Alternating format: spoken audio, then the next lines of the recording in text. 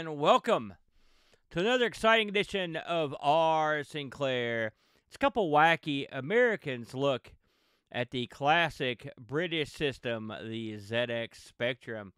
I'm your good buddy, your good pal, Amigo Aaron, running solo again this week, but I do want to wish a special happy birthday to the Brent, who has a birthday on November 12th. Happy birthday to Brent.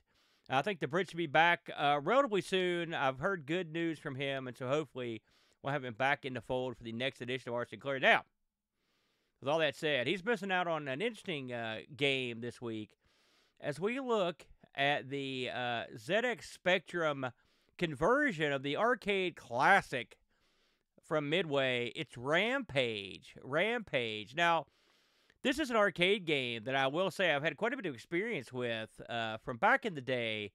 And when this came out, it really was quite a revelation because it was unlike most video games, and it was designed as such. This was a game that was designed by Jeff Nauman, and the artist on the game was Brian Collin. And when they put this game together, what they wanted to do a game that was not your conventional arcade game. They planned this from the ground up to be a game where there was no wrong way to play. They wanted to try to do some different things that hadn't been done in an arcade game, and I think they actually pulled it off. Let's look at the particulars of the arcade machine before we get into Rampage on the ZX. So again, this was a Bally Midway game, and when this came out, it was an unusual game for multiple reasons, not the least of which was it was a three-player simultaneous game. This was released in August of '86 and was coming in at a pretty good time for games. Things were still in the upswing in the arcades. This ran on the Midway MCR3 hardware, so it was capable hardware. And again, when the boys decided to put this one together, they wanted a game where you could just play without having to necessarily obey rules. And that's sort of what they put together here. In this game, you're given the choice of three giant monsters to play in the game. And once you pick your monster, you're put into a city, and your goal is to destroy the city. You've got George is a giant monkey. Lizzie is a giant lizard, and Ralph is a giant wolf, almost like a giant wolfman monster. And these guys are you could pick. If you play multiple people, or there could be combinations of the three. Your job is to use these creatures to go through various cities and destroy everything in them. The cities are made up of city blocks. And you will go in and destroy all the buildings by climbing up them and just punching and kicking them, punching them until they fall over. Of course, the city's not just going to stand there while you go in there and beat the crap out of the buildings. They want you to do it, but under duress. So out comes the Air Force with the helicopters that are shooting guns at first and eventually missiles. There'll be fellows throwing dynamite at you, and of course there'll be people in the arcade version that will even blow up the whole building and run out and throw dynamite from the ground, and eventually you'll even come across tanks that show up, and if you play long enough, you'll even be attacked by the elements, as a giant thundercloud will shoot lightning bolts at you if you get far enough into the game in the arcade version. So you may have guessed that the idea from this sort of game was taken from monster movies. Brian Collin mentions he took inspiration from King Kong, of course, and a movie called 20 Million Miles to the Earth. 20 Million Miles to Earth, which that one I might say I've not seen. Of course, I've seen the many iterations of King Kong. It's funny, reading the wiki on this, Brian Collin said that he was surprised that so many people thought that Lizzie was based on Godzilla. He's actually based on a creature from 20 Million Miles to Earth called Ymir. But I mean, everyone I knew always thought that was Godzilla because of the big, the running rivalry between Godzilla and King Kong that stretches on to this day. It's funny in the arcade. every city you go to is a different real city. The game starts in Peoria, Illinois, and after you run through the entire game, after I believe it's 128 days in North America, you will run through all the cities, and it starts back over with the first city. And they've got tons of cities in there from all over the place. Every state has a city. I was surprised to read this. The only cities in America, the only states in America that aren't represented in the game are Connecticut, Delaware, Mississippi, New Hampshire, Rhode Island, South Carolina, and Vermont. So for whatever reason, the monsters don't make it to any of those cities. So even West Virginia apparently is represented in there. I've never seen the West Virginia level. Now I'm intrigued. I may have to go in and have a look and see what that would look like. This game was a big success and started a long line of games in the arcade that were based on the Rampage franchise, up into the point where in 2018 there was a Rampage film, which is that's crazy. I remember the movie coming out. I'm not gonna lie, I don't think I saw it. I know I didn't see it. In fact, I think The Rock was in it, so it put it amongst the many games that The Rock was connected to, and some of the many movies that The Rock did that just were straight up duds. I like The Rock as a wrestler, and I like some of his films, but man, that dude's been in a bunch of duds. I believe he was also in the Doom film that was not well received. So, as I mentioned, this game did real well in the arcade, and it was a huge hit for Midway. And so, when it was time to start porting this, this was a pretty complex-looking game. And so, you would think, well, they're probably not going to get a whole lot of action out of this, especially in '86. En contraire, they went bananas. Listen to this list of interesting systems it went to. Of course, the usual suspects: the Master System, the NES, the Amiga, the ST, the Atari 2600, and 7800 both got ports, and the Atari 8-bits. And then you get the more interesting systems. The IBM PC got a version of this. The Coco got a version of this, which is actually real good. The Lynx got a version. And I believe the Lynx even had an extra character in it. There's a rat guy that ended up moving on later on the series. And then, of course, the Amstrad, the ZX, the C64 all received their own version. So, well, how did they do? Well, it's a mixed bag, ladies and gentlemen, I like to say, when it comes to the ZX Spectrum version of this. So, this was published by Activision. And this was put out by a trio of fellows, Bob Pape, Mark A. Jones, and Colin Tuck. Bob Pape has a pretty good pedigree here, including working on Dragon Breed, Firefight, Organ Master, R-Type, Slashdown, and Tusker. Mark Jones worked on, and he did obviously a lot of port stuff, Afterburner, Altered Beast, Championship Sprint, Hellfire Attack, Maze, Mania, R-Type, Super Sprint, and Tusker, and War. And Colin Tuck worked on Automata. So there's your look at that. Now, this game was out shortly after the original. They're just a couple years later in '88. And I will give them credit. Right out of the gate, let's give credit where credit's due. These gentlemen managed to shoehorn in the 3-player aspect of this. Now, Rampage solo, even in the arcade, is not what I would call the most fun game. This game, from the ground up, it's a little bit like, say, Gauntlet. It's in the same vein. I mean, you could play it by yourself, but it does much better as a multiplayer game. And even the home ports, they knew that. So I think part of bringing this home was just having to try to figure out, how are we going to make this work at home, given the limitations of the systems we're porting it on, and retain the 3-player aspect. And I will say, in that regard, they did pull off the port for the ZX. Of course, you've got well, the first thing you have to do when you port something like this to Speccy is support every conceivable type of interface. So this has a reprogrammable keyboard set up, your Kempstons, your it's got every conceivable joystick support on this thing. It will support 2 sticks plus the keyboard, and give you redefinable keys. So that's a good start.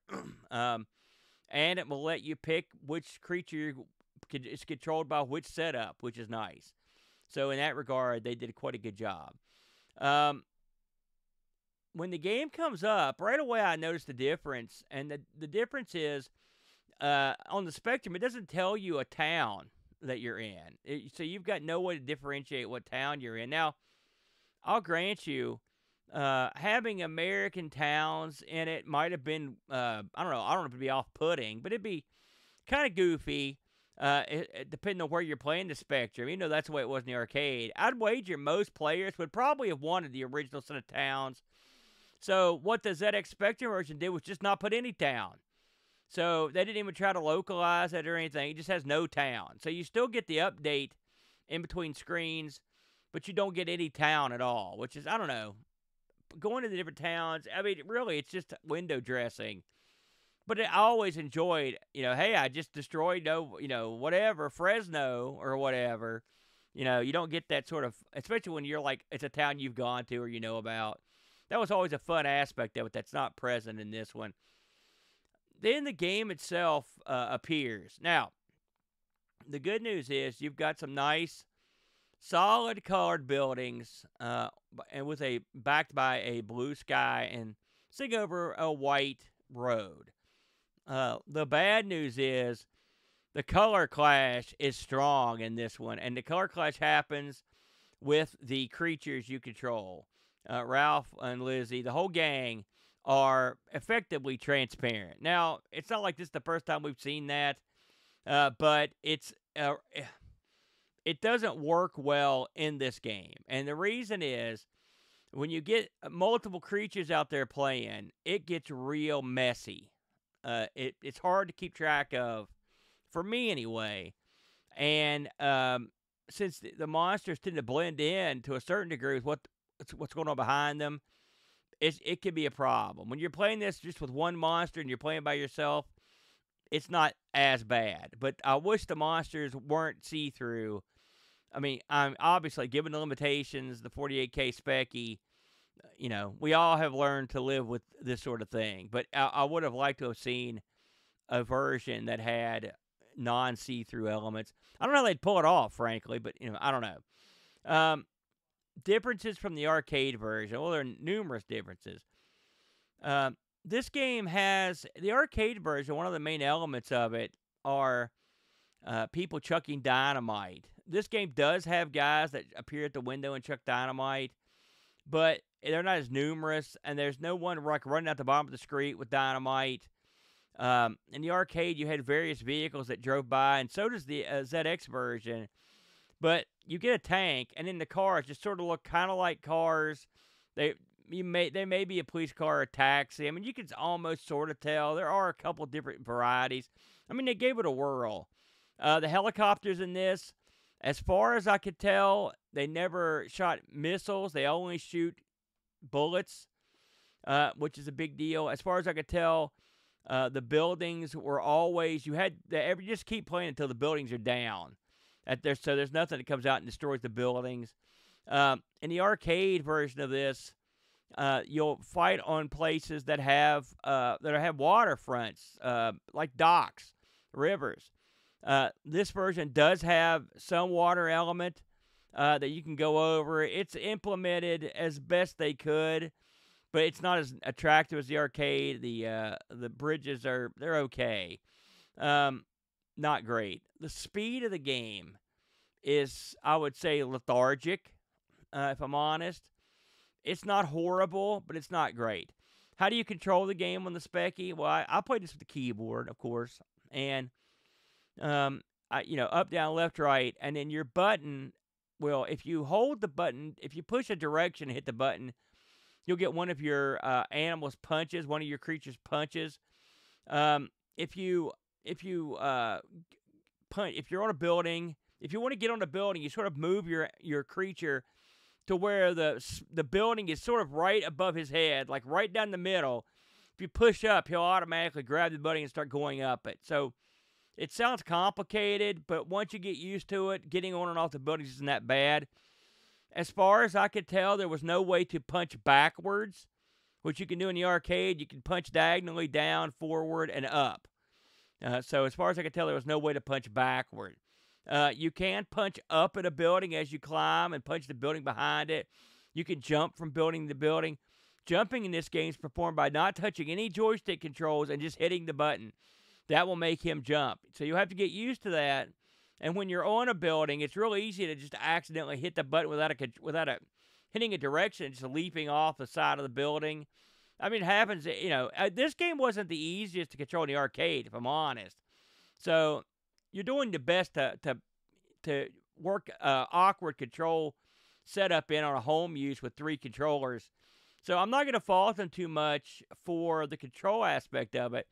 Once you get used to it, it's okay. It wasn't the best, but like I said, the arcade, I always assumed this is one of those games where the controls were part of the game, right?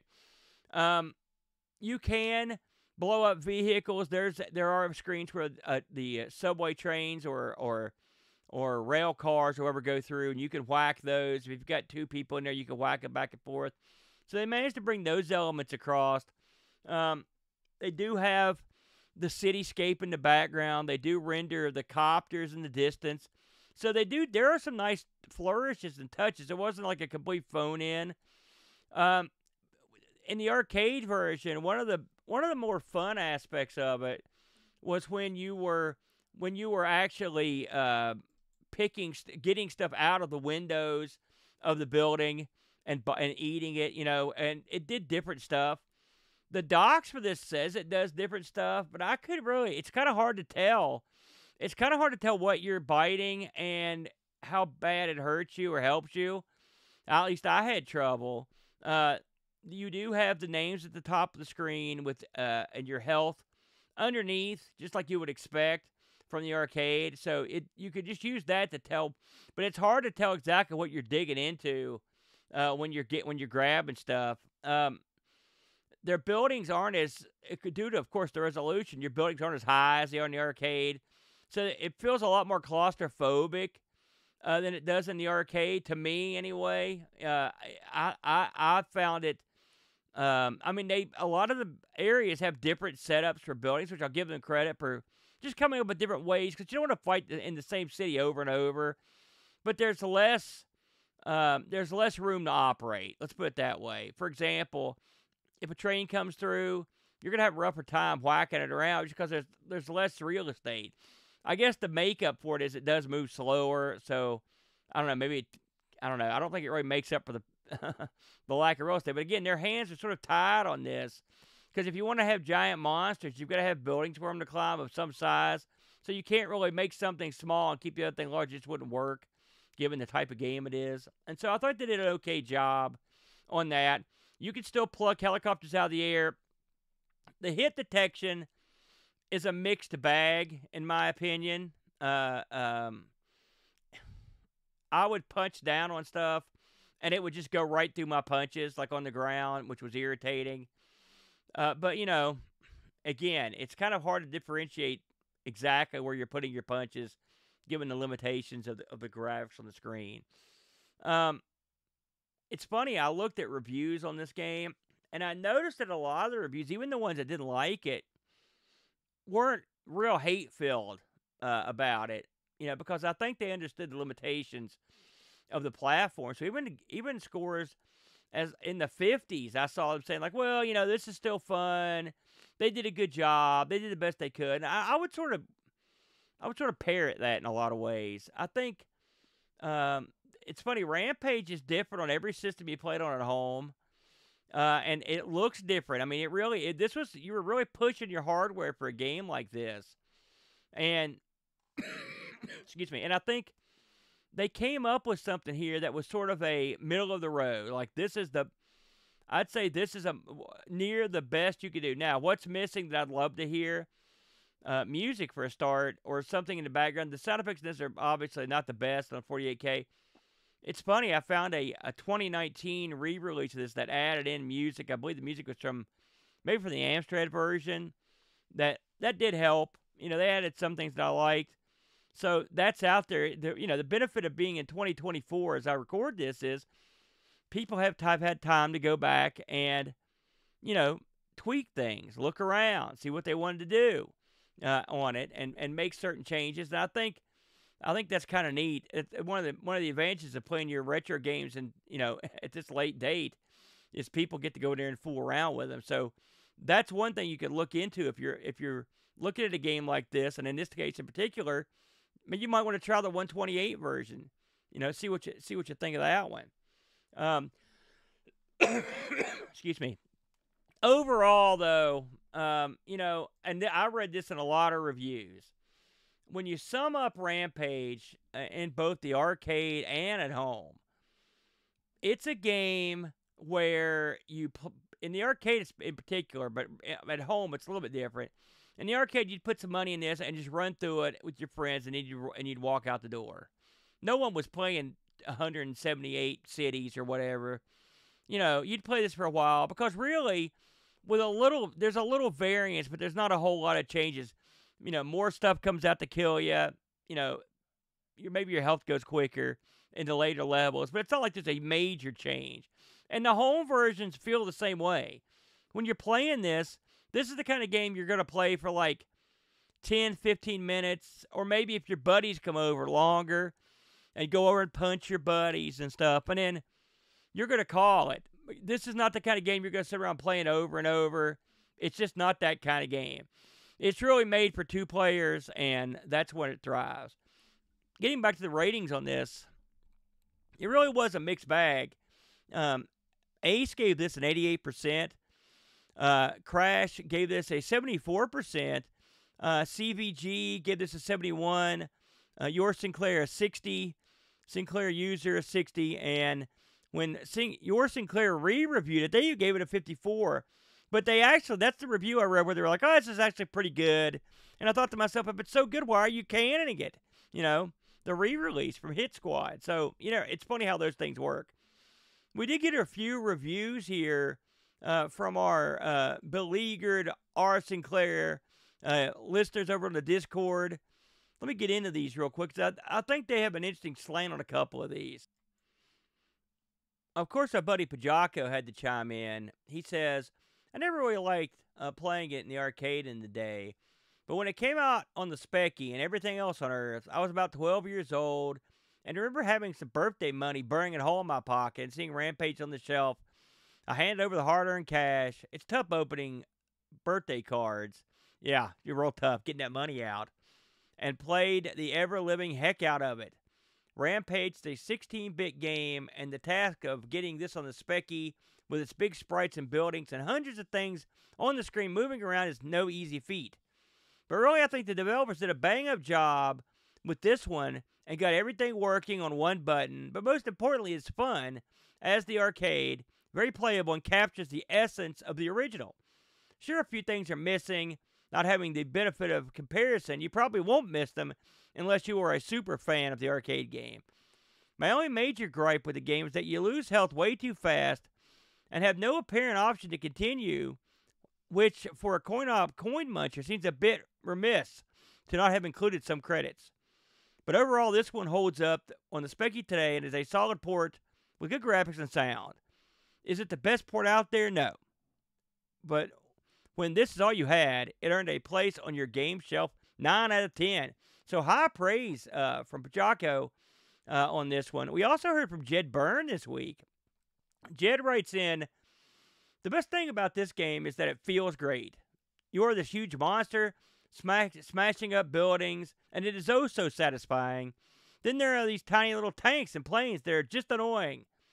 A little guy opens those window and has the cheek to start firing at you, so you grab him and swallow him whole. Delicious! Then the most satisfying thing, the foundations begin to shake and the cracks run up the ceiling and the whole tower block crumbles to the ground. Kong pleased. If you stop to think for a second or try to figure out how to play this strategically, it all starts to seem a bit hollow. This is why you don't think. You you smash and keep smashing. I agree with Jed on that. That's exactly the way you play this game. You don't really think about the strategy. I will say, my son and I and myself, we love the Rampage games, but we like the ones past this one more. They really refined what this game was with World Tour and the sequels that came out on various consoles and stuff. I really love the sequels to this. And I mean, while this one is still fun, the sequels, I think, really build into better games, more fun games to play. I don't think I would go with 9 out of 10 on this like Bajako would. I mean, it's really a mixed bag. I would salute them for giving this a solid attempt, given what they had to work on. And I appreciate the effort put into it. It's nice when at least they try. This was a tall task, and I think they pulled it off with some degree of flourish. And if you do get a chance to try this on the Spectrum, I really would recommend trying the 2019 version that has the extra sound. So, with all that said, we've got another Our Sinclair in the books. Now, you may be asking yourself, why are we hearing Our Sinclair this week? This was supposed to be ARG Presents. We swapped ARG to next week so we could have the Brent hopefully make it. And I went ahead and did this one a week early. So it's an added bonus treat for our Sinclair buddies. Let's see what we've got coming up on the next Our Sinclair. Oh my. So we'll be dipping our toe back into the ZX Next pool. I've never played this game. It's called Bikers. Straight up Bikers, ladies and gentlemen. That should be a lot of fun. I've really enjoyed playing with the ZX Next stuff. If you missed it, about a week and a half ago, I put out a stream, and it was me playing all the Rusty Pixel games. Had a lot of fun. It was very well received. And if you are into the ZX Next or just a ZX fan, you might enjoy as we go through all the Next games. There's some great stuff in there from Rusty Pixel. Those guys are dandy folks. They were very generous to allow me to check out their whole library of games. So I'd be more than happy if you would check them out. If you get anything from Rusty Pixel, tell them your good buddy A sent you over. Their stuff's inexpensive, and it's programmed by Ace programmers. I had a real good time with that, and I'm sure we'll catch more Rusty stuff down the line. So that will be the next time around on Our Sinclair Bikers. Next week is ARG back in the mix on the retro rotation, and we'll be playing games from Soviet Russia arcades. So we're going way back to play games that appeared in the arcades during the Soviet era, the Russian Soviet era. This will be an apolitical event. I won't be making any comments that will involve anything that's going on now. We were just going to play some Soviet games. That's the way it's going to be. So it should be a lot of fun. I do want to mention that we're coming up on the eve of our yearly event. It will be November 30th of 2024, the Thanks for Giving Marathon. It's funny, I've just spoken with Brent. For those that are out of the know, Brent's been having dealing with a lot of family crises. And I did talk to him, and he has assured me that he is doing everything in his power to not only get back to do these shows, but absolutely to make it for Thanks for Giving. So we hope you'll join us as we go probably 8 to 10 hours of playing everything we could think of to amuse and delight, as a way of saying thank you to everybody who watches or listens to Our Sinclair and any of the other retro rotation shows, or even Amigos with me and Boat. There's no money. We're not raising money for anything. We're not doing anything but playing games, just having fun. And we hope you'll join us. We kicked that off, I think, about 9 o'clock a.m. On that Friday, Eastern Standard Time. Should be a lot of fun. So we will stop it right there.